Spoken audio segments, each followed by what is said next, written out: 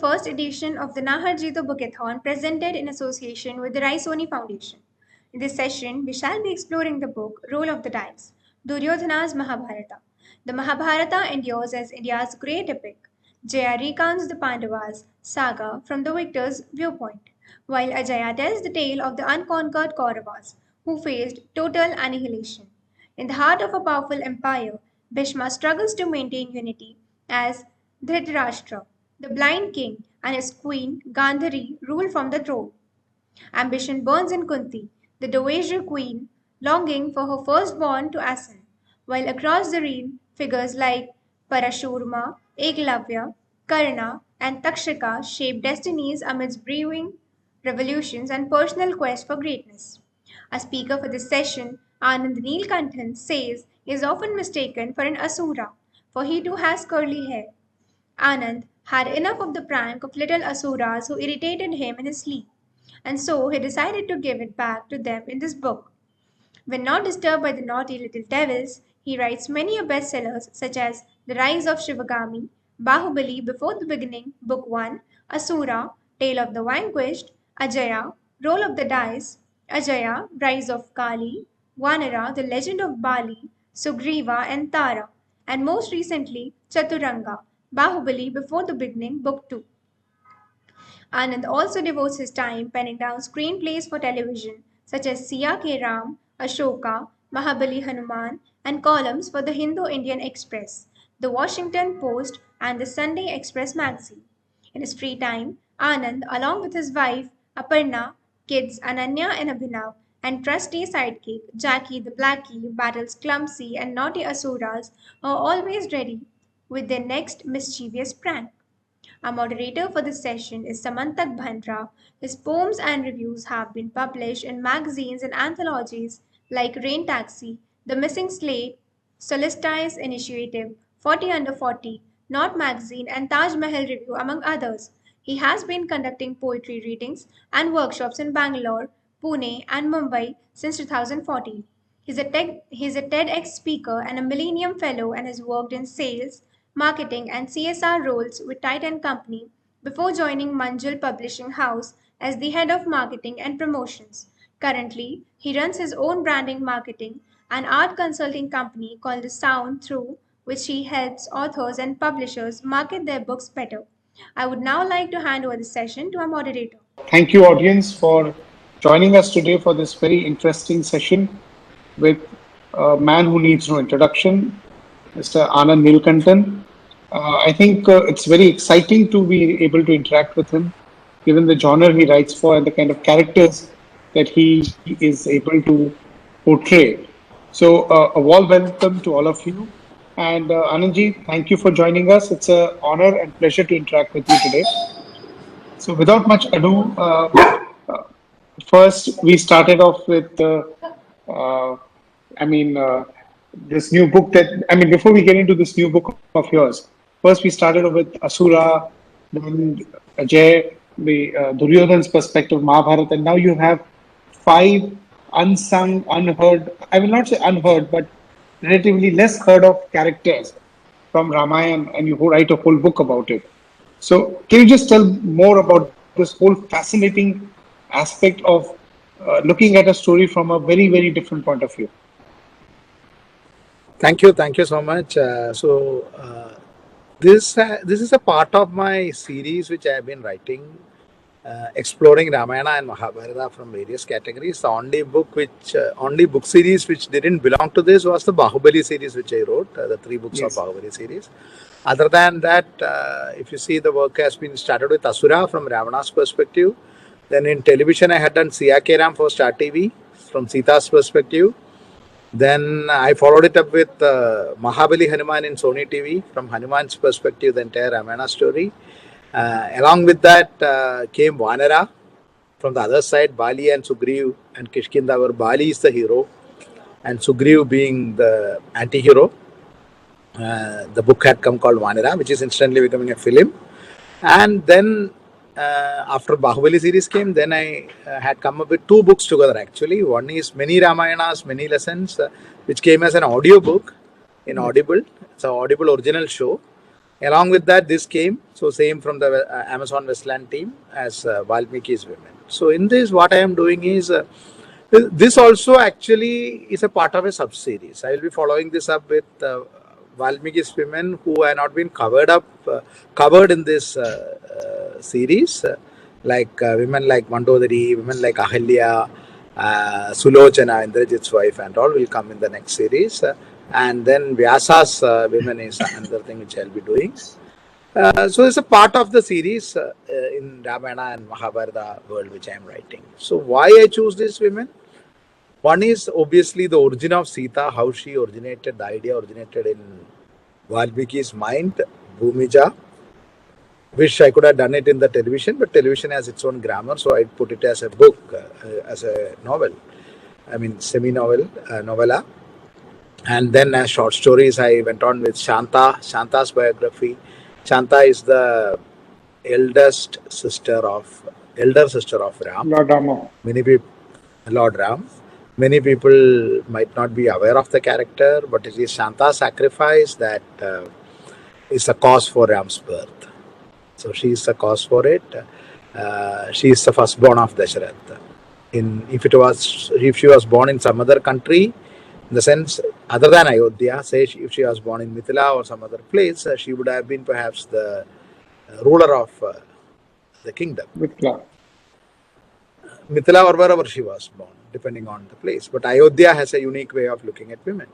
And then the other marginalized women like Mantara and Tataka, as told by her son, and a meeting between Shurpanaka and Sita when Sita was abandoned by Lord Ram on the day of her abandonment. So these are basically the 5 tales which are there in this. So more than giving any surprise or as a thriller, it is more a meditative kind of stories where you reflect upon the aspects of character. So that is why I chose to write it not as a novel. If you see the Bahubali series and all, it's almost 1500 pages, but it's a page turner.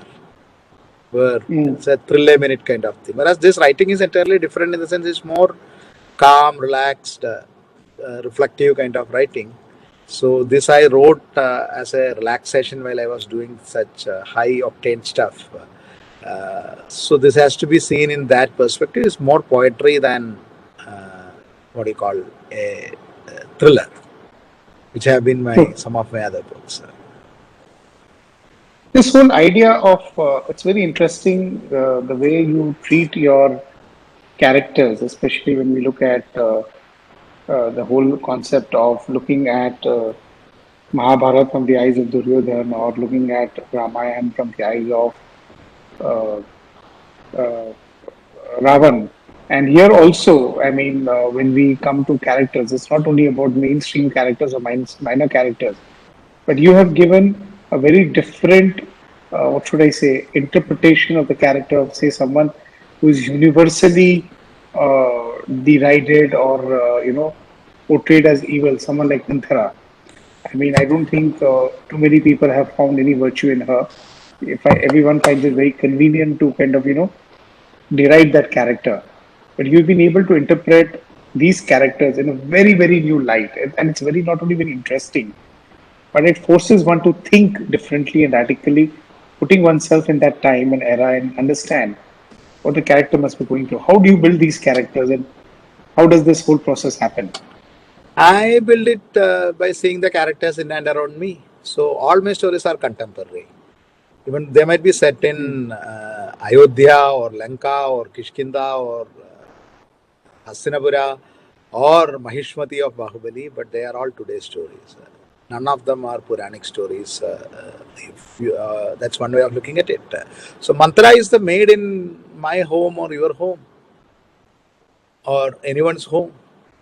So she is, this is also like a mirror kept before people, including me. Many times there are many maids or servants at homes who sometimes we proudly claim they are our family members. We call them aunt, we call them mausi, we call them whatever. But ultimately, just to ask the question, how many of them sit along with you and eat from the same dining table? Do they have a separate bathroom or not? in apartments I've seen apartments in Mumbai which proudly advertise separate lift for maids and servants and workmen, separate entrance for maids in the apartment. So India, there is no concept of real equality in our culture. So certain things, what is a writer's duty? To show the mirror.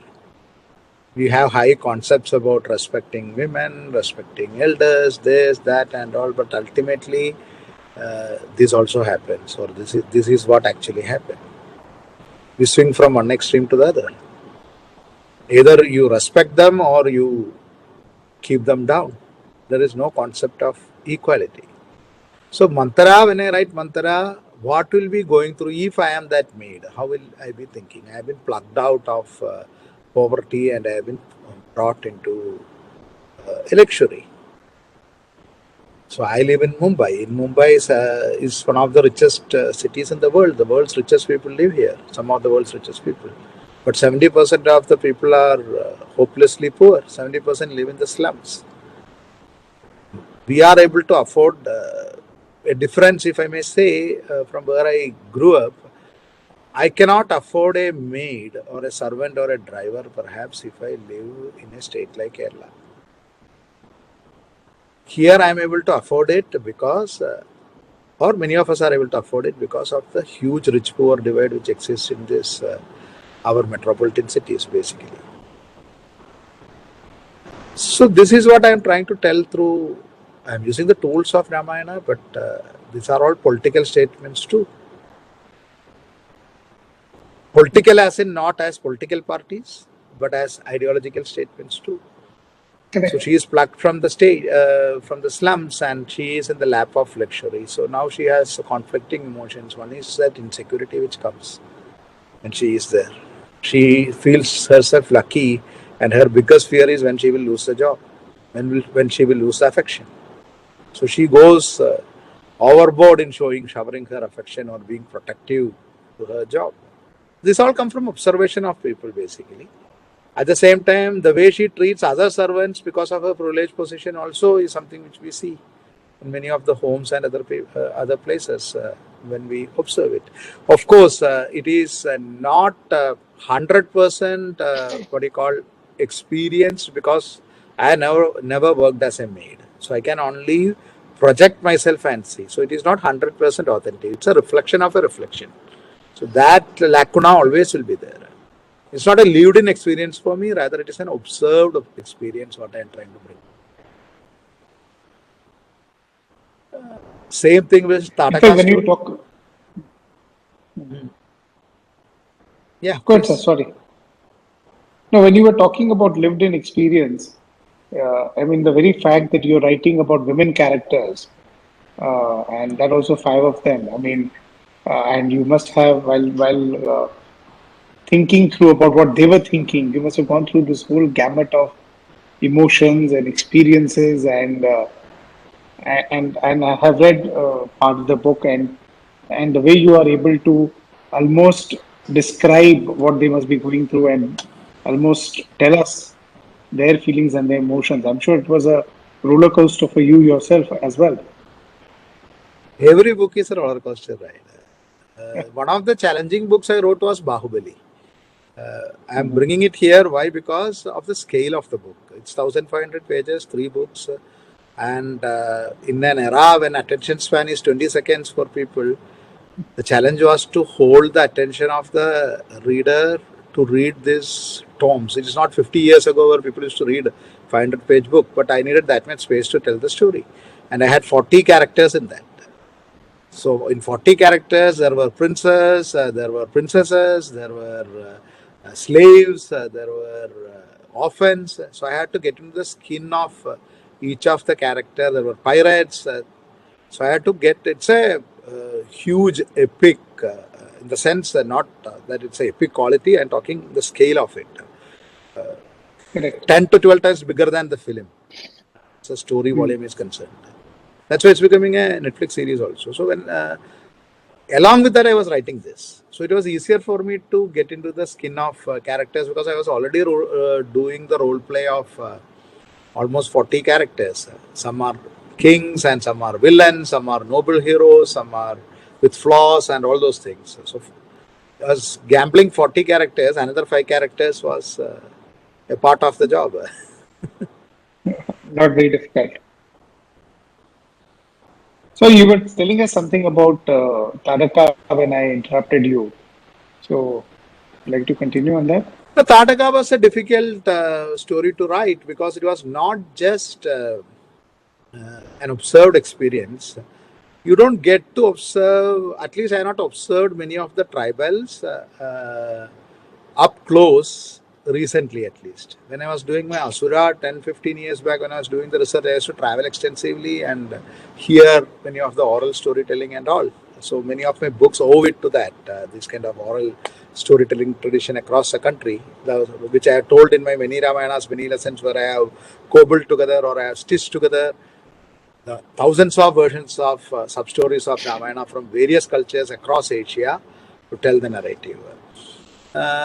So at least for last 10 years, I have not moved closely with the tribal societies or anything like that. Tataka's story is essentially a city marching into the forest kind of story. A mother trying to protect. That's how I have seen it. Because Tataka didn't come to Ayodhya to create trouble for Ram, Lord Ram. It was a city which marched to the forest with its own morals and ethical code. I am not saying it's right or wrong. There is no right or wrong about morality or ethics. It all depends on what culture you are taking it from.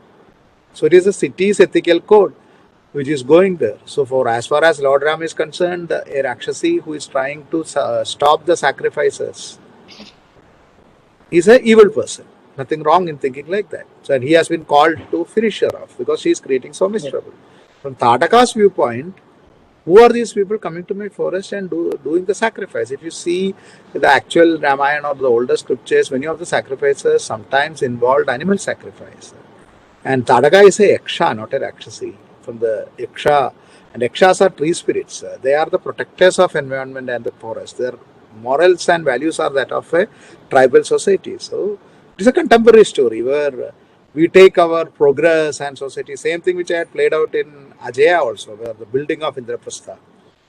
The city, you are clearing a forest to build a huge city, a city of illusions.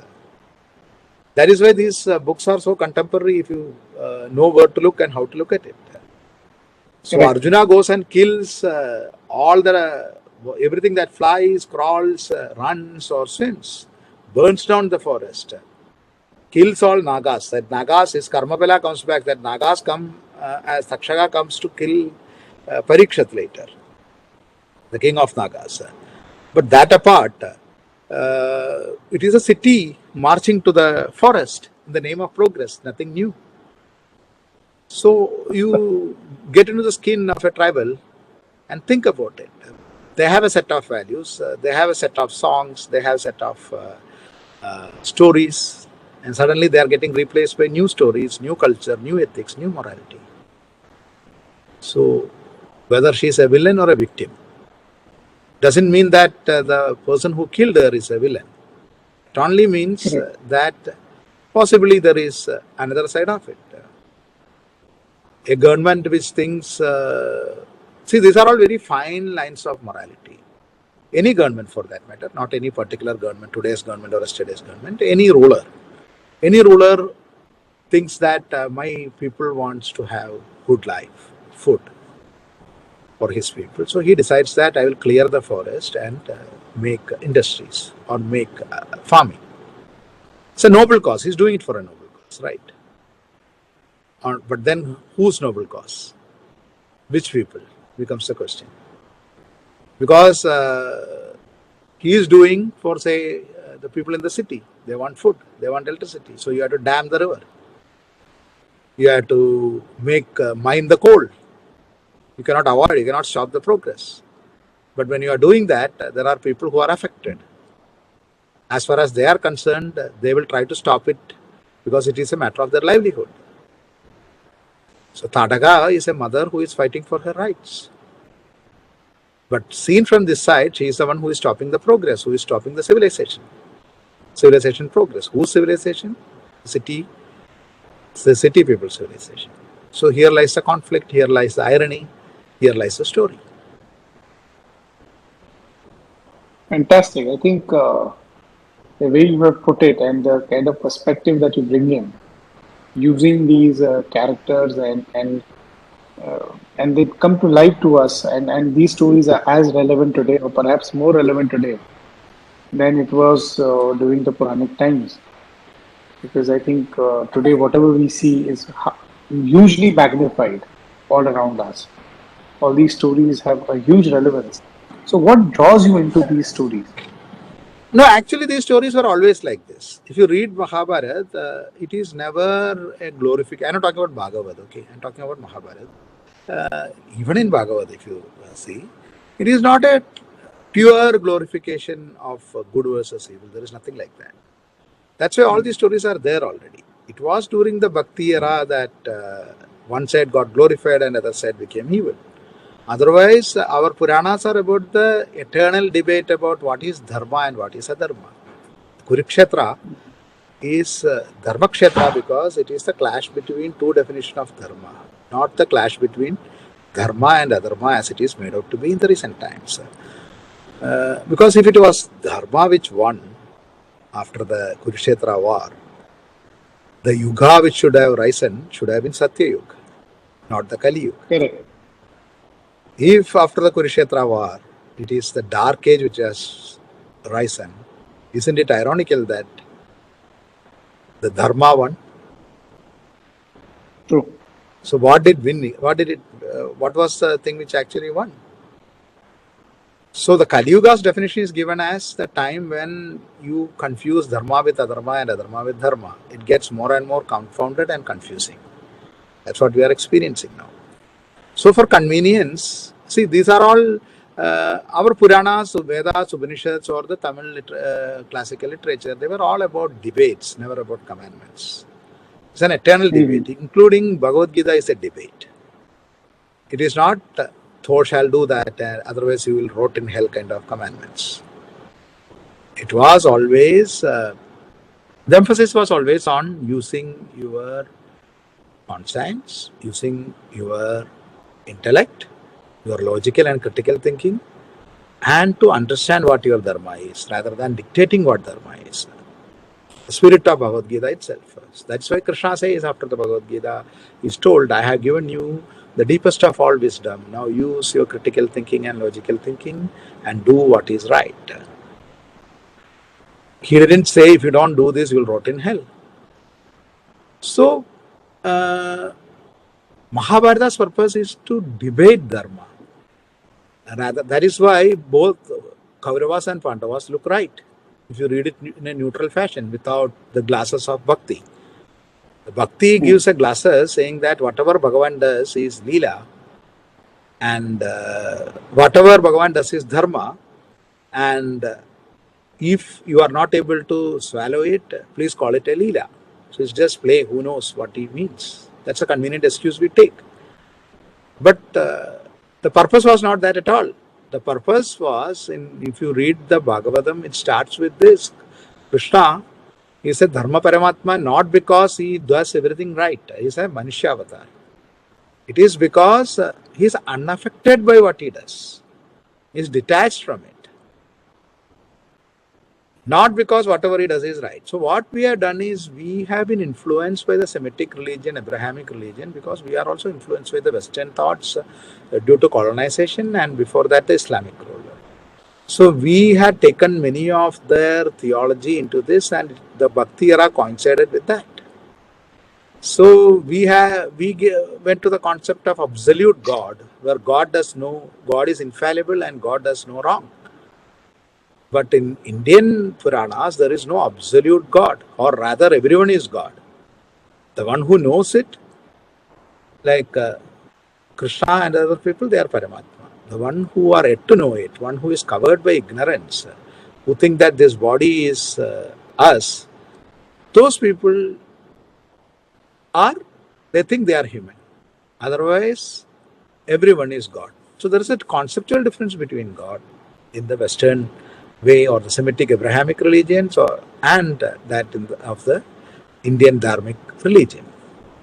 So it is from this confusion that arose because of the influence from the 1,000 years influence from various other cultures, that we are judging the Puranas which were written 2,000 or 3,000 years before that with this lens and trying to give justifications which is not sometimes palatable to a critically thinking modern youth. So my purpose of writing it is to what I feel. I may be wrong, but my purpose of writing is to remove this and try to show as much as every side that Bhagavan Veda Vyas or Maharshi Valmiki meant going into their head. And otherwise, why should Valmiki show Ram hiding behind a tree and killing Bali? Because one of the greatest debates in Ramayana occurs there on what is Dharma. Otherwise, he could have easily shown that Rama fought Bali and killed him. Who would have known? True. But he puts it for a purpose. Because purpose is this. Why should he write that Indrajit was killed while he was doing yajna? Why should Vyasa write that Karna was killed when he was unarmed? Because why should he show that Duryodhana was killed because Bhima hit below the belt, below the waist, on his thighs, and Krishna told him to do so. So my books try to open up all these debates and tell that our books are debates and not just commandments about or instruction manuals. They are not. They are thinking manuals to critically think and understand and arrive at your own truth and conclusions. That's absolutely fascinating. I think this whole discussion on how we are portraying and how we look at our own literature and how it provokes us to think. I think the biggest challenge has been in this last conversation is where now people are not willing to think also, because we are so used to a certain stream of thought and how popular media has portrayed any of these characters. I think that's been the biggest, while popular media has done a lot of service to our epics by bringing them back as relevant all over again when people were kind of not. It brought them back into popular consciousness, but at the same time, it codified and solidified the views that anyone could possibly have about each of these characters. And we watch and we look at them and from that very narrow prism. But when we talk about popular media, you also are writing for various television programs. I mean, you've done script writing, and it's a different craft altogether, even though it is still writing. In your experience, how different it is? What do you enjoy more? How does it go? As a craft, what would you prefer to do? Write books? Write?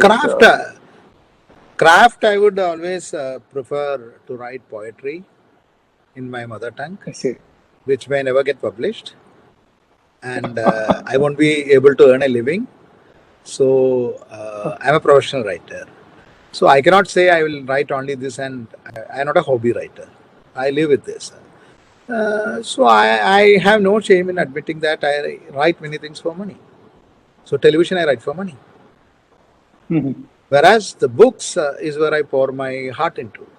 So there is a formula. There is a formula in professional writing. The more passionate you are about something, the less money it will give you. So the poetry will give you zero money. It will never get published because nobody reads poetry nowadays, especially if you write in an Indian language.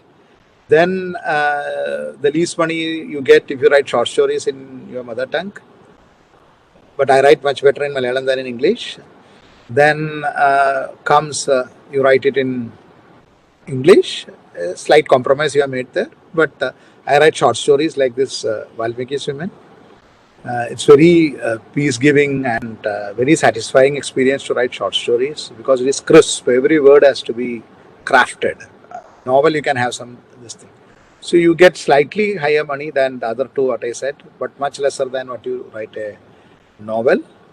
And once you write a blockbuster novel like Bahubali, you get more money. Slight satisfaction less, but still it's a book, so you have got a lot of satisfaction there.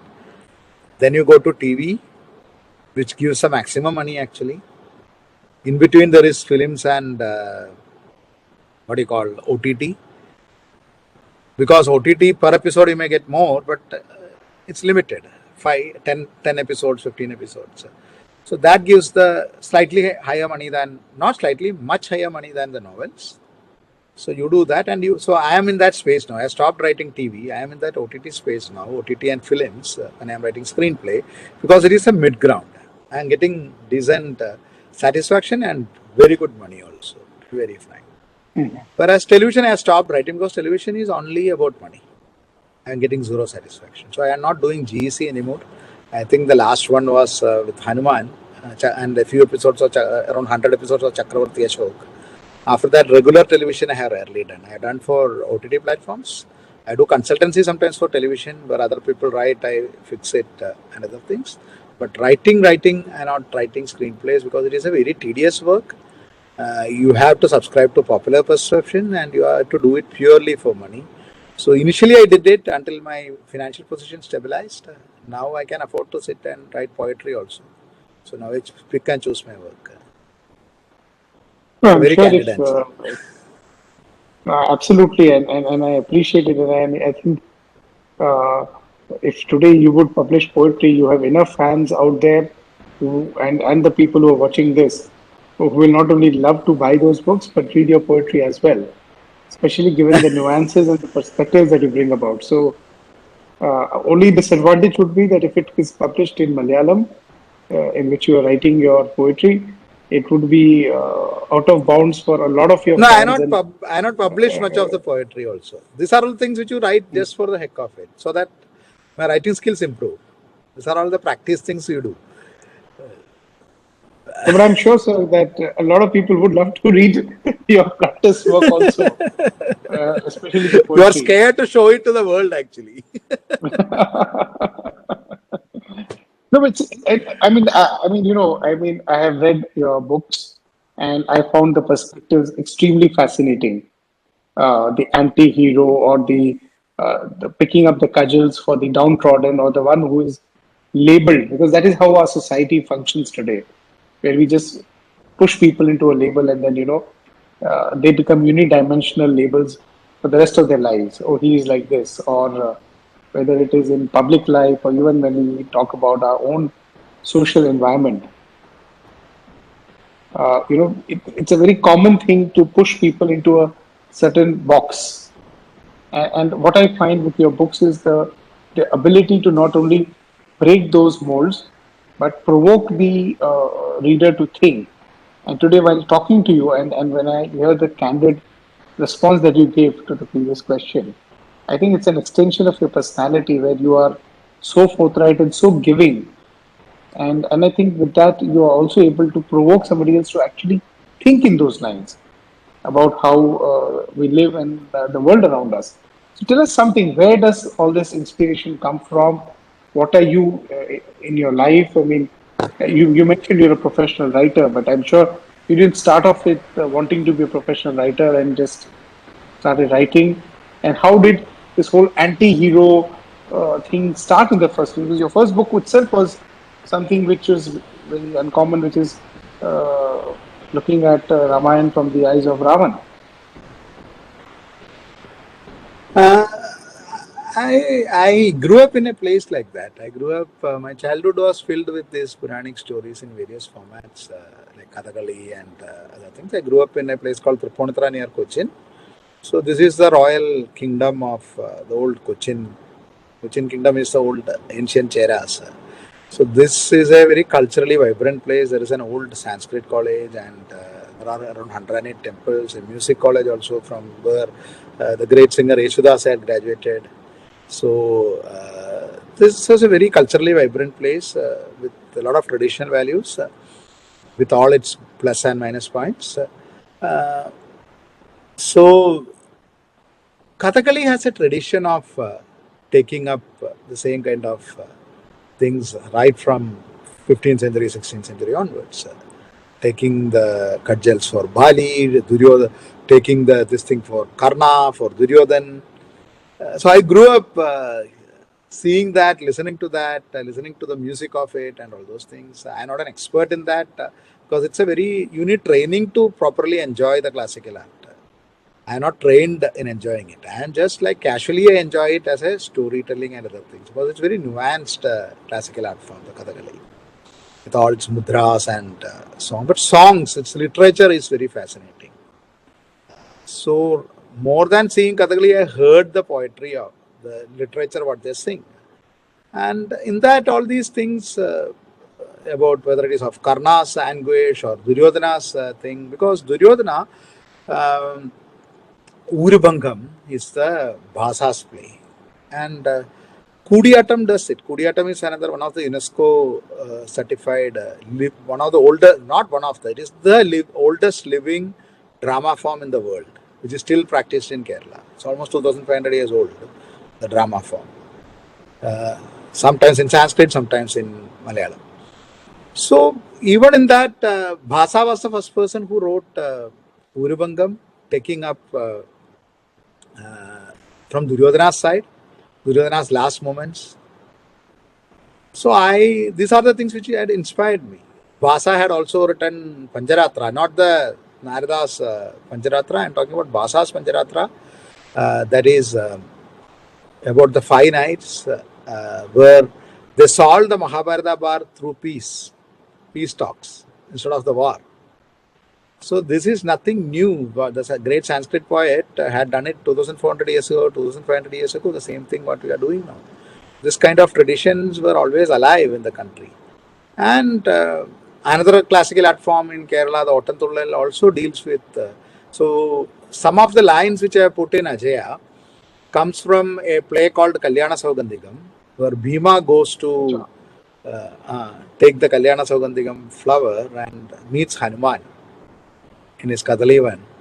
So Hanuman mocks Pandavas just to provoke Bhima. So whatever he is mocking, the great 17th century poet Kunjan Nambiar had used Hanuman's voice to criticize the entire Pandava, to tell the other side. And it's very hilarious also. Just to provoke Bhima, Hanuman does it. But those lines are so thoughtful that many of the things which I used in Ajaya are inspired from that. So as I said, then there is alternate tradition, subaltern tradition in many of the tribal communities. Like Bhil Mahabharata has an entirely different take, where Karna becomes a much bigger hero than Arjun. And it's very sympathetic to Karna.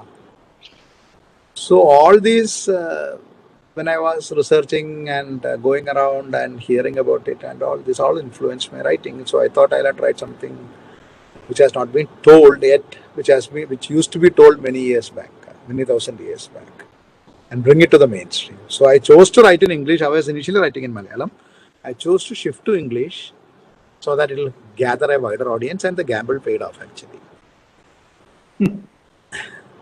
No, and a very large population of your fans and everyone is very grateful to you for that gamble because it gave everyone that opportunity to read and be fascinated by these masterworks that you have written. But tell me Actually, it is a something. bit sad also. Hmm, Actually, one way of looking at why? it is a sad reality because there are great writers in Indian languages, whether it is Hindi or Marathi or Kannada or Malayalam, Kannada, Malayalam, Bengali, and Hindi might be having the largest number of Jnanpith awards, 6, 7, 8, something like Yes. that. But their translations, what are coming, are absolutely poor. So I can follow 3, 4 languages. So some languages I cannot read, but I can understand. So I hear the I audiobooks. see. The quality is fabulous, but unfortunately, when I try to read it in the translation, it's pathetic. So Oh, I I know see. how much it is failing. How much it is failing. So it's a very sad fact. Uh, you have to write in English essentially to get noticed in this country. I should not be complaining, But I but I think shifted to English and am successful. So I should not be complaining. But India has such a rich number of languages, not just one language. There is no one official language for India. There are 22 or 23 official languages, and all of them have traditions going to 1,000 years or 2,000 years, 2,500 years. No other countries will have we have 8 classical languages, whereas entire Europe might be having 1 or 2. We have 8 classical languages in India, like Sanskrit, Pali, Tamil, Malayalam, Kannada, Telugu, Odia. So all these languages have produced so much literature and poetry and plays, yet we need English. I should not be complaining, but it's a sad fact, because it is not about me, it's about the culture, it's about the people, it's about the great writers. So many of them are there. No, I think yes, you're right, absolutely. But I think it's not only about the language. End of the day, the means of communication which gets you the largest audience. So I think how do we get our message across to the largest number of people? I think while there is nothing bigger or smaller with any language. I think each language has its own history, its richness, and its own culture that it brings about. Unfortunately, those every language is confined into a particular narrow audience, which could be as large as its population it is targeting. We are all based. Our states are based on linguistic divisions, and No, things like that. one funny thing, let me tell you, Rishabh. My books in Malayalam sells much lesser than my books written by me in Malayalam sells much lesser than my English book translated by someone else into Malayalam. How do you Oh, explain I that? see. And it's that is something. Uh, you know, is it the subject which interests No, people same more? subject. Say same Same subject, subject, same subject. or do people Because there have is a better bias. Malayalam? Because there is a bias for. See, I identified it earlier. That's why I shifted. I I was see. smart enough to identify that. Doesn't make me a greater writer, but I was smart enough to identify that. Um this is true about many languages.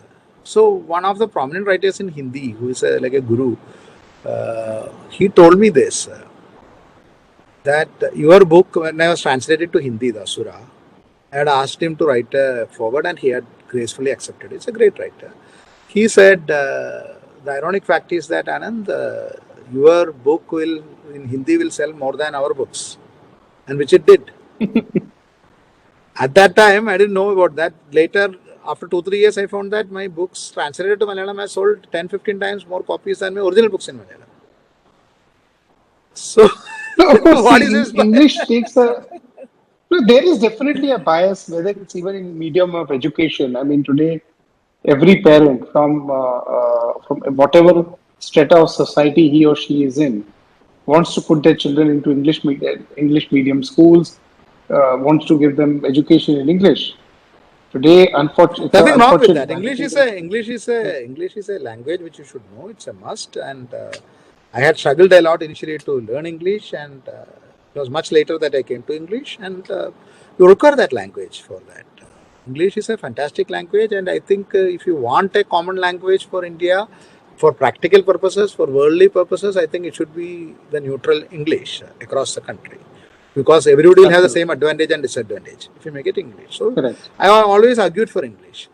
What I was just saying is that there should be a proper translation to English at least, because we do better translation of Spanish books and Latin books to our languages than a book like.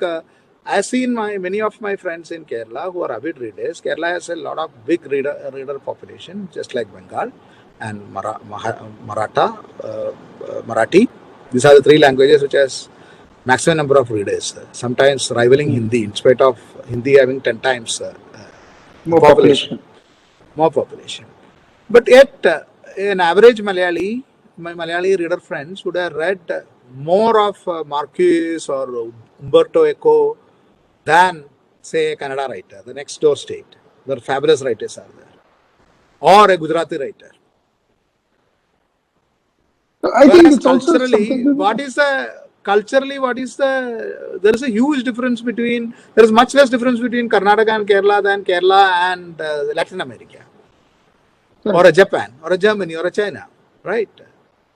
So, same thing with how many of the Hindi readers would have read the translations of a Malayalam book, the Jnanpith Award winners, a M.T. Vasudevan Nair or a Tagaji's book, or vice versa. How many Correct. Malayalis would have read Banto? Or Tamilians would have read Telugu books. That's next door state, almost sister languages. No, I think it also has to do with some kind of exposure and aspiration. I think once you start moving into a language, it is about aspiring to know more in a certain language. It's about more acceptance. It's popular culture. I mean, Anandji, and you are straddling both the classical form of writing as well as the popular culture and the latest, which is the OTT platforms. I mean, there is a people want to identify with certain cultures. They want to learn more about certain cultures. Today, things which are absolutely alien to us. I mean, I remember, you think of it, even how our own popular culture is changing. India, for example, is a country where fresh breakfast was the norm less than a decade back. I was reading an interview with the gentleman who introduced processed breakfast, cornflakes, and I mean, the gentleman who introduced Kellogg's in India. And the first statement to them was that, oh, you're trying, and this was in New Delhi. He said, oh, in New Delhi, people have paratha and ghee for breakfast. Nobody's going to eat processed food. And today you see in your house or my house and everybody's houses, especially in urban areas, how change has happened. Today people are having chocos and cornflakes and whatnot. I think it's something to do with exposure and aspiration. And people just pick it up. Today there are more pizza joints in cities than perhaps any traditional cuisine. What is fast food today in Indian parlance? Of course, there is chaat and everything that's happening. So I think we are going through that unfortunate transition, and unless we ourselves kind of bring to the forefront these art forms, these whether it's music, whether it's dance, whether it is writing, we will have to preserve it and we will have to celebrate it, and we have to also give it the much larger audience globally. If we can read Spanish works in India, why should someone sitting in Latin America not read? It's not only about reading Tagore because he was a Nobel laureate, but to read every other classical literature that is coming out of India. So while the world has brought I us think it's a closer, lack of packaging. absolutely, and also I think the lack of pride that we take in ourselves as a country. I think our pride is always misplaced in the past rather than taking Correct. pride in the present. While we'll take great pride in what happened 1,000 years back and perhaps kill each other about it. I would view, but not to, Misplaced pride in the imaginary past, conquered yes, past, actually. even if it is a real past, it is still the past, but there is enough in our present to take pride in. I would say there is enough all around us to take pride in, and I'm so thrilled that you have brought this into the forefront. And honestly, when you speak or even when I read what you're writing, I think this genuineness comes across, and I'm sure it is inspiring our your readers to think. It is also inspiring our readers, our people to even look back at our classical literature. I mean, to go back to, it's not about just watching Ramayana on TV, but actually to examine Ramayana from the multifaceted characters and the very, very interesting characters. I mean, normally, the first synopsis that you read of Ramayana is it is a story of good versus evil. That's the single line statement that we read. But the way you have brought these characters alive, it's absolutely fascinating. I know we are running out of time, but I wish we could continue this conversation. But before we end, my last request or submission to you would be: what would be your message to your readers? If you had this platform and your fans are watching this and your well wishers and people who look forward to your literature, what would be your message Because I can understand even from this conversation that you're not just writing books, you're conveying a very, very subtle or perhaps not so subtle message also. So, in a nutshell, what is your message to your readers? What is your message to Himanshi over here and to everyone else who are watching this? My message is to our culture is a very, at least it was. I don't know what it is becoming. It was a very open-minded culture. This is a country of debate. It's a country of constant, as Amartya Sen put it, the argumentative Indian. Everything has been argued and never agreed upon, and that's the beauty of it. The diversity is the beauty of it. We are slowly losing it. So my attempt through my books is to at least hold on against the tide as much as possible and to have an open mind. Why India didn't have major conflicts? Conflicts did happen, but major conflicts is because of this openness. Many of the countries at that time were in the dark ages and butchering each other in the name of religion. Unfortunately, we also did it in the last 100 years or so.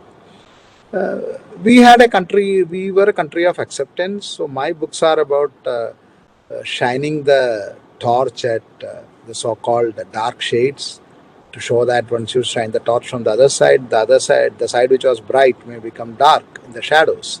And it's just a matter of perspective. And to bring back our thought process based on dharma. Dharma, I'm not talking as religion, I'm talking about the Sanskrit word dharma.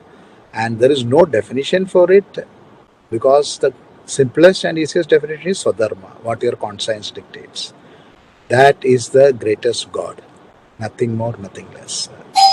So, to continue in the critical thinking with rational thinking, critical thinking, and compassionate thinking is what I try to convey through my books. That's wonderful, and I would also like to add a quote from your book. I was going through and I found this beautiful line. It's a conversation between Sita and Supernakha, where I think Sita meets Supernakha and says, "Are you bitter or not?" And she's quizzing him, and and says that I feel life is going to give me a second chance. And so Supernakha beautifully says, what is second chance that Sita asks her, which is uh, every breath, every moment, it gives me a chance. It asks me to choose, and I choose beauty. I see beauty in everything, and I feel wonderment in every moment.